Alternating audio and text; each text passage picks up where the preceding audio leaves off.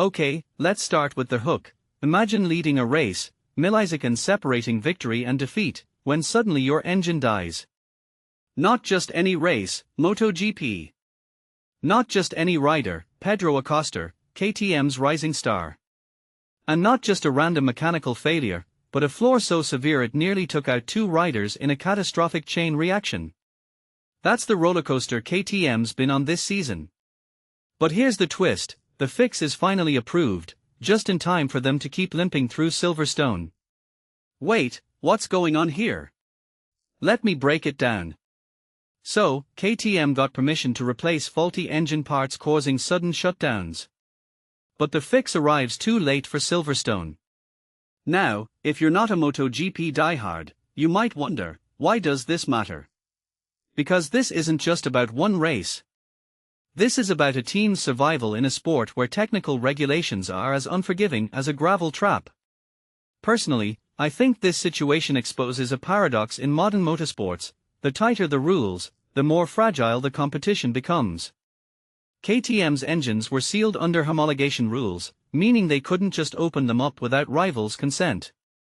Suddenly, fixing a safety issue becomes a political negotiation. What a bizarre system, right? Let's unpack the technical drama.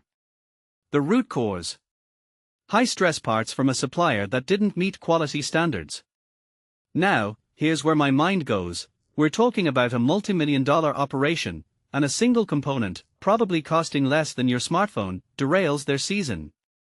That's a humbling reminder of how interconnected performance and reliability are. And the irony? KTM had to prove to other manufacturers that their fix wouldn't give them an unfair edge. In my opinion, this highlights a deeper tension in MotoGP, the balance between collaboration and competition. These teams are rivals on track but de facto partners in maintaining technical integrity. How do you trust your enemies to judge your repairs? It's like asking your chess opponent to certify your queen isn't magnetized. Now, the human element. Pit Barra, KTM's motorsport director, called out the supplier's parts. But here's the thing, outsourcing is inevitable in high-tech racing. Everyone does it. The difference is, when you're KTM, every microscopic flaw becomes headline news. Acosta's engine failure at the Catalan GP didn't just cost points, it triggered a domino effect, taking out Alex Marquez. That accident probably cost millions in repairs and reputational damage. What many people don't realize is how these incidents create a psychological weight on riders. Can Acosta truly push the limit knowing his bike might quit mid-corner? That's a mental burden no data or telemetry can measure. And let's talk about the championship implications. KTM's third in the constructors' standings despite these disasters. That speaks to their raw speed, and the sheer agony of inconsistency. If you're KTM, you're stuck between a rock and a hard place: run the faulty engines and risk more disasters, or play it safe with interim solutions that neuter performance. From my perspective, this is a lose-lose scenario that tests a team's identity. Are they innovators? Survivors? Gamblers? The answer shapes their legacy.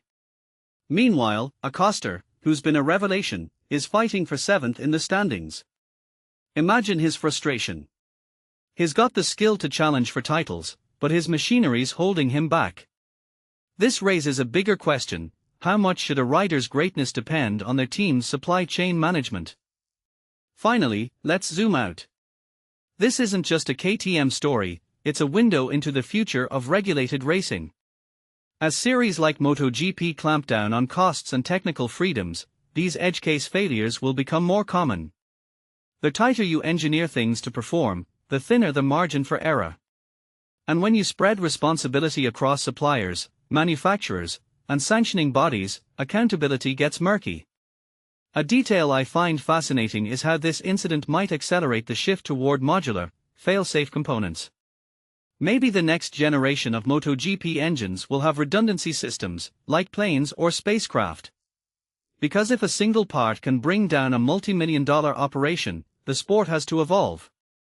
So here's my closing thought: will this KTM crisis become a catalyst for rethinking how racing tech is developed, regulated, and maintained? Let me know in the comments. do you think tighter regulations help or hurt the spirit of competition?